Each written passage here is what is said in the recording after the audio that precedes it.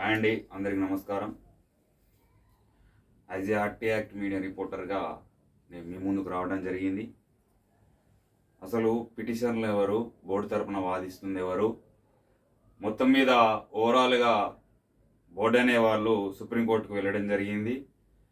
Single bench తీర్పును సవాల్ చేస్తూ డివిజన్ బెంచ్కి వెళ్ళినప్పటికీ డివిజన్ బెంచ్ తీర్పును సైతం ఛాలెంజ్ చేస్తూ సుప్రీంకోర్టుకు వెళ్ళడం జరిగింది. ఇక్కడ ఒకటి గమనించగలరు. హైకోర్టు అధికారం లేని వీళ్ళు సుప్రీంకోర్టుకి వెళ్ళొచ్చు అంటే ఓన్ రూల్స్ అంటే స్వయం ప్రతిపాదికన కొన్ని రూల్స్ అనేది బోర్డు కేటాయించడం జరిగింది. బోర్డు వారు ఒకటే చెప్పగలరు, పరిశీలించమని చెప్పేసి. బట్ ఎక్స్పర్ట్ కమిటీకి డివిజన్ బెంచ్ తీర్పు ద్వారా ఎక్స్పర్ట్ కమిటీకి ఈ వచ్చినప్పటికీ ఓయూకు క్వశ్చన్స్ అనేవి రాంగ్ క్వశ్చన్స్ అనేవి పరిశీలనకు వెళ్ళినప్పటికీ బోర్డు అనేవారు ట్రైనింగ్ అనేది లేట్ అవుతుందని చెప్పేసి సుప్రీంకోర్టును ఆశ్రయించడం జరిగింది. ఇక్కడ మీరు ఒకటి గమనించగలరు, నోటిఫికేషన్ అనేది ఎట్టి పరిస్థితుల్లోనూ క్యాన్సిల్ కాదు. సెలెక్టెడ్ క్యాండిడేట్స్కి కంపల్సరీ వారి పేర్లు అనే లిస్టులో అలాగనే ఉండటం జరుగుతుంది. మరి నేను ఇప్పుడు మీకు ఏ విషయం చెప్పబోతున్నా అంటే ఫర్దర్గా ఈ మెరిట్ స్టూడెంట్స్ కోసం ఇంకా ఏం చేయగలుగుతుంది బోర్డు, బ్యాక్లాగ్ పోస్టులతో ఏమైనా ఫిలప్ చేసే ఛాన్స్ ఉందా? సో సుప్రీంకోర్టుకు వెళ్తే ఎటువంటి తీర్పు వచ్చే అవకాశం ఉన్నది? సుప్రీంకోర్టు బోర్డుకు అనుకూలంగా ప్రతివాదన అనేది చేస్తుందా?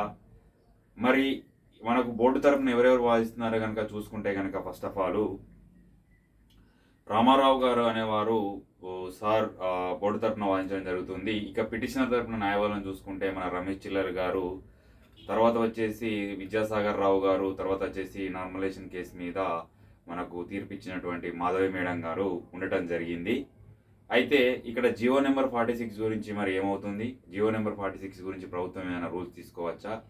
అయితే గవర్నమెంట్ కాదని చెప్పేసి సుప్రీంకోర్టును ఆశ్రయించడం బోర్డుకు సమంజసమేనా?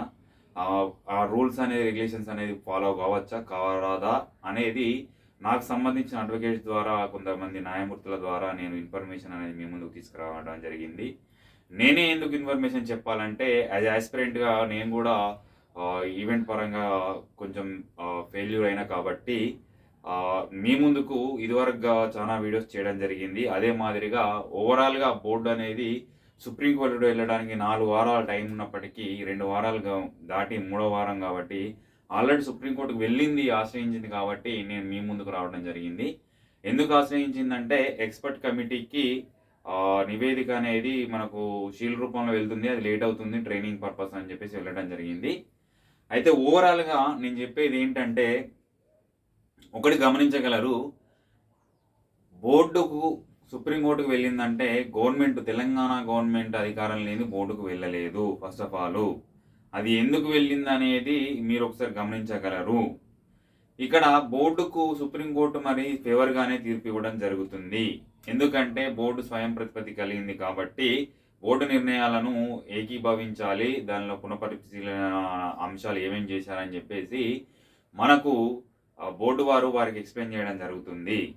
అక్కడ కొంతమంది మెరిట్ స్టూడెంట్స్ కూడా వెళ్ళడం జరిగింది. అయితే దీనిలో గవర్నమెంట్ చేయాల్సిన పని ఏంటంటే నాకు తెలిసిన మ్యాటర్ వరకు ఇదివరకు జరగలేదు, జరుగుతుందో జరగదో కూడా నాకు తెలియదు. బట్ అది జరగాలి. ఒక క్యాబినెట్ మీటింగ్ ద్వారా మనకు కొన్ని పోస్టులు కల్పిస్తూ నోటిఫికేషన్ జారీ చేస్తూ తర్వాత ఈ బ్యాక్లాగ్ పోస్టులను ఫిలప్ చేసినట్టయితే ఎవరైతే 0.25తో కానివ్వండి 1 మార్క్తో కానివ్వండి డిలే అయిన స్టూడెంట్స్ ఎవరైతే ఉన్నారో వాళ్ళని ఇందులో ఫిలప్ చేసినట్టయితే వారికి ఎంతో కొంత న్యాయం జరుగుతుందని చెప్పేసి అడ్వకేట్స్ ద్వారా నేను తెలుసుకోవడం జరిగింది. మరి అది ఇంప్లిమెంట్ అవుతుందా కాదా అనేది తెలియదు. అయితే దీని బదులు గవర్నమెంట్ నుంచి వచ్చిన అడ్వకేట్ ద్వారా వచ్చిన సమాచారం ఏంటంటే ఆల్రెడీ మన డీజీపీ రవి గుప్తా గారిని నియమించడం జరిగింది. ఐ థింక్ వారు చెప్పిన మ్యాటర్ ఏంటంటే 40,000 35 32,000 పోస్టులు అనేవి వేకెన్సీస్ ఉన్నవి. త్వరలో 10,000 నోటిఫికేషన్ అనేది మార్చిలో రాబోతుంది వీళ్ళకి ట్రైనింగ్కి వెళ్తే గిట్ట అని చెప్పేసి చెప్పడం జరిగింది. అదే మాదిరిగా గవర్నమెంట్ అనేది ఏ విధంగా ఆలోచిస్తుందంటే వీరిని ఎంత త్వరగా ట్రైనింగ్ పంపిస్తే అంత బెటర్ అని చెప్పేసి బోర్డు అనేది గవర్నమెంట్ చెప్పడం జరిగింది. అయితే ఇంకొకటి ఏంటంటే ఇందులో ఓవరాల్గా చెప్పాలంటే స్టూడెంట్స్ కానివ్వండి, ఆస్పిరెంట్స్ కానివ్వండి, ఎవరైనా కానివ్వండి న్యాయం జరుగుతుందా జరగదా అనేది సెకండరీ, జరుగుతుంది అని అనిపిస్తుంది.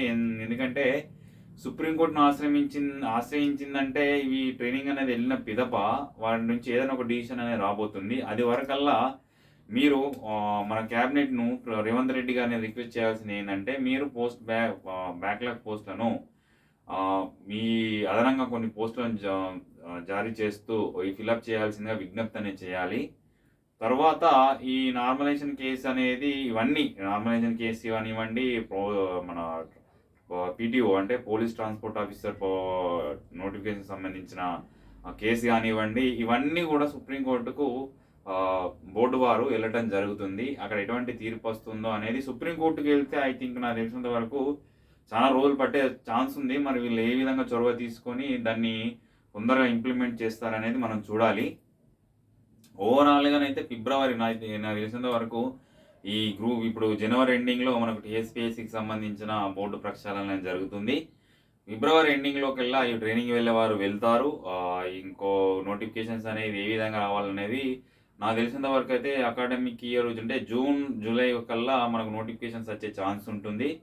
మెగా డిఎస్ అనేది ఆల్రెడీ మనకు ప్రకటించడం జరిగింది. తర్వాత వచ్చేసి 10,000 అంటే పోలీస్ నోటిఫికేషన్ ఎప్పుడు వస్తుంది సార్, పోలీస్ నోటిఫికేషన్ ఎప్పుడు వస్తుంది అంటే 10,000 పోస్టులకు గాను నోటిఫికేషన్ అనేది రాబోతుంది త్వరలో. ఎందుకంటే 35,000 40,000 దాకా వేకెన్సీస్ ఉన్నాయంటే ఇంకా 10,000 పోస్టులు కూడా రాబోతున్నాయి త్వరలో. దీనికి ప్రిపేర్ కావాల్సిన కోరుతున్నాం. గ్రూప్స్ అనేవి కొంచెం లిమిటెడ్గా ఉండటం జరుగుతుంది. ఇకపోతే ఇంకా నోటిఫికేషన్ క్యాన్సిల్ అవుతుందా సార్ అంటే నోటిఫికేషన్ అనేది ఎప్పుడూ క్యాన్సిల్ కాదు. మెరిట్ లిస్ట్ క్యాండిడేట్లను అట్లా అదే మాదిరిగా ట్రైనింగ్ అనేది పంపించడం జరుగుతుంది. ఇక జియో నెంబర్ 46 అనేది అది రిజల్ట్కు ముందు కనుక ఏదన్నా డిసిషన్ తీసుకునే ఉంటే తీసుకోవచ్చు. కానీ ఎందుకంటే రిజల్ట్ తర్వాత ఎటువంటి డిసిషన్ అని తీసుకోలేము. అది గవర్నమెంట్ మీద డిపెండ్ అయి ఉంటుంది. ఏ విధంగా డిపెండ్ అవుతుందంటే అది క్యాన్సిల్ చేయరాదు. బట్ చేసినా చేయరాకుండా అదనంగా ఒక బ్యాక్లాగ్ పోస్ట్ అనేది ఫిలప్ చేస్తూ ప్రీవియస్ అంటే కొన్ని పోస్టులు అదనంగా కలుపుతూ నోటిఫికేషన్ ఇస్తే బెటరు అని నా ఒపీనియన్. అది ఏ విధంగా ఉంటుందనేది మనం ఒకసారి చూద్దాం. ఇదంతా ఇన్ఫర్మేషన్ అనేది జస్ట్ నాకు తెలిసిన నాగేష్ కానివ్వండి, రాజేష్ కానివ్వండి, ప్రమోద్ కానివ్వండి, కొంతమంది అడ్వకేట్స్ ద్వారా నేను సేకరించడం జరిగింది. అయితే ఇంకొకటి ఏంటంటే సుప్రీంకోర్టుకు వెళ్ళింది ఓవరాల్గా. ఇది మన ఓయూది ప్రొఫెసర్లు ఏమైనా అమ్ముడుపోతారా సార్ వాళ్ళు ఈ హైకోర్టుకు ఎప్పుడు ఏ విధంగా ఇస్తారంటే షీల్డ్ కవర్లను ఇస్తారు. కానీ అది లేట్ అయ్యేటట్టు ఉంది, డిలే అయ్యేటట్టు ఉంది. ఎందుకంటే అది జేఎన్టీ యూనివర్సిటీ వాళ్ళు వేసిన నోటిఫికేషన్ కాబట్టి దాన్ని తర్జుభర్జన చేసి దాని మీద ఎక్స్పర్ట్ కమిటీకి వివిధ లెక్చరర్స్ని తీసుకొచ్చి ఆ క్వశ్చన్స్ మీద మనకు సర్చింగ్ అనేది చేయడం జరుగుతుంది. అది లేట్ అవుతుందని చెప్పేసి బోర్డు వారు ఎంత తొందరగా కంప్లీట్ చేస్తే అంత బెటర్ ట్రైనింగ్ అని చెప్పేసి సుప్రీంకోర్టును ఆశ్రయించడం జరిగింది. సుప్రీంకోర్టులో కూడా లేట్ అయ్యే ఛాన్స్ ఉంది. ఆ లోపు ఇక్కడ నుంచి ఎటువంటి డిసిషన్ వస్తుందో మనం చూసి తెలుసుకోవాలి.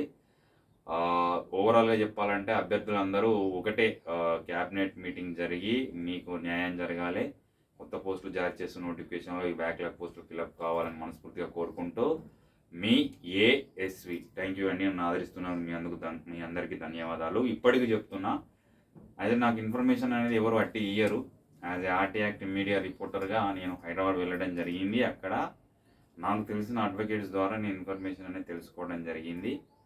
యాజ్ ఏ రిపోర్టర్గా నా పని ఇదే. ఎందుకంటే నేను ఈ వీడియో చేయడానికి కారణం ప్రీవియస్గా నేను వన్ ఆఫ్ ద ఆస్పిరెంట్ కాబట్టి ప్రీవియస్గా కొన్ని వీడియోస్ చేసిన కాబట్టి చేయడం జరిగింది. మీకేమైనా డౌట్స్ ఉంటే కామెంట్ రూపంలో నాకు తెలియజేయండి. నేను మీకు డీటెయిల్గా ఎక్స్ప్లెయిన్ అనేది చేయడం జరుగుతుంది. ఓవరాల్గా బోర్డు అయితే సుప్రీంకోర్టును ఆశ్రయించడం జరిగింది. ట్రైనింగ్ అనేది తొందరలో స్టార్ట్ అవుతుంది. మిగిలిన అభ్యర్థులకు మీకు ఎట్లయినా సరే అదనపు పోస్టులు జారీ చేస్తూ మిమ్మల్ని ఫిలప్ చేయాలని, మీ తరఫున న్యాయం జరగాలని మనస్ఫూర్తిగా కోరుకుంటూ మీ సుధాకర్.